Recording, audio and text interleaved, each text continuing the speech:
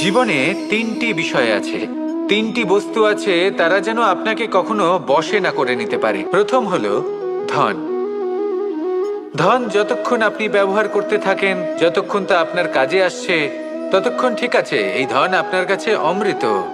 কিন্তু যখন এই ধন আপনাকে ব্যবহার করতে শুরু করে, বুঝে যাবেন যে আপনার পতনের সময় শুরু হয়েছে। দ্বিতীয় বিষয়, ফেলে আসা অতীত।